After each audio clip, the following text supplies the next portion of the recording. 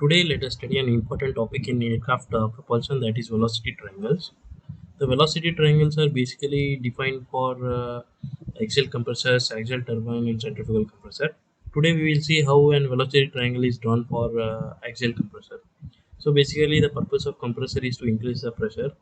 So, how the pressure rises and how the velocity decreases over the stages in the compressor, let's see. So now first the part of the axial compressor is the inlet guide vanes. So inlet guide vanes are basically present in turbojet type of engine. So the inlet guide vanes imparts a relative velocity to the air, which is given by V1, and the air enters with an absolute velocity, which is given by C1.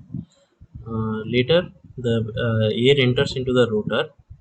So in the rotor, the absolute velocity of the air increases. As we can see, the length of C1 is less than the length of C2.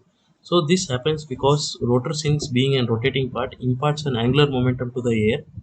So the absolute velocity increases, and but the relative velocity of the air decreases in the rotor, and in stator here it is 0. So, since the relative velocity decreases in the rotor, the pressure rises at this stage. So, as the relative velocity decreases in both the rotor and the stator, the pressure decreases. So, hence the pressure rises. Since the relative velocity decreases, the pressure rises. And now, for a best compressor, this C1 velocity, if it is equal to the exit velocity, it is a very good compressor. The efficiency of this compressor would be 100%, but that is impossible to achieve. So here inlet guidance is present at only the beginning. Later it is followed by rotor and stator stages.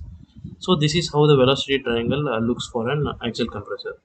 Now there will be confusion of notations and all. I have clearly written it down here. We will use the same notations everywhere, and it will be helpful even in the problems.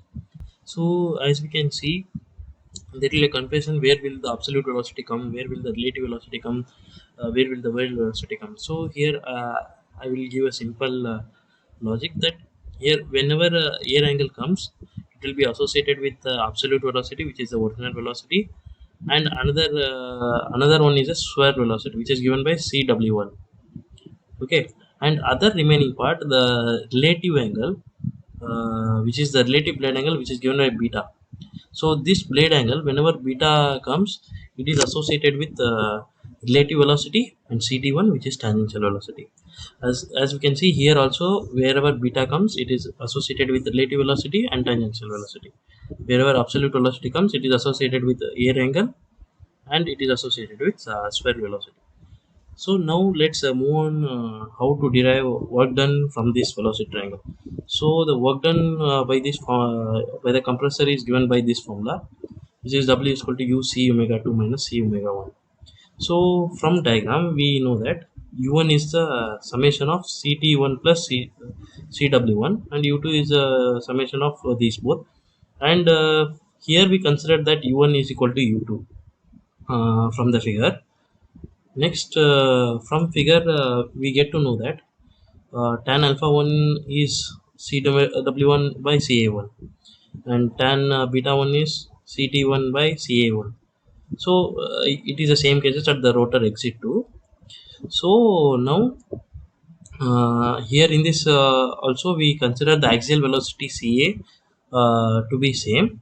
So, later on substituting in the place of C omega 2 as tan alpha 2 into Ca2, and wherever C omega n is there, we replace it by tan alpha 1. So after that, after substituting, we get the other forms of equation, which is these both, which is W is equal to UCA into tan alpha 2 minus tan alpha 1, and another one is W is equal to UCA tan beta 1 minus tan beta 2.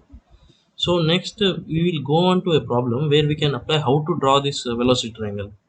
So here, as we can see at the design condition, the velocity triangle at the mean radius of the single stage axial compressor is such that the blade angle at the rotor exit is equal to 30 degree. So let's see, where is the rotor? Here is the rotor. So what it is given, the rotor blade angle at the rotor exit. So here the blade angle is what? Beta 2, as previously explained, these notations. So these notations would be useful for you, B and beta. so you can remember very easily. So this beta 2 is what? 30 degree. Now absolute velocity. Absolute velocity of the at the rotor inlet and the rotor exit are 140 and 240. Where is the rotor inlet absolute velocity? This is C1. This is absolute velocity which is equal to 140, and another velocity which is equal to 240, which is rotor exit, that is C2, which is 240. Later, the flow velocity is relative to the rotor at the inlet. So, where is the inlet? This is the relative velocity of the rotor inlet. V1, which is given by 240, and the rotor exit, the relative velocity is 140. So, this becomes very easy to do. So, now these values, if substituted in the above equations, we will get the work done very easily. So, these notations and this diagram is very sufficient to learn about the velocity triangles. So the main basic is that you have to remove this, remember these notations very carefully, and label it. And later one more is to remember the work done equation. Then it will be very easy to analyze the problems. So this is about this video. Thank you.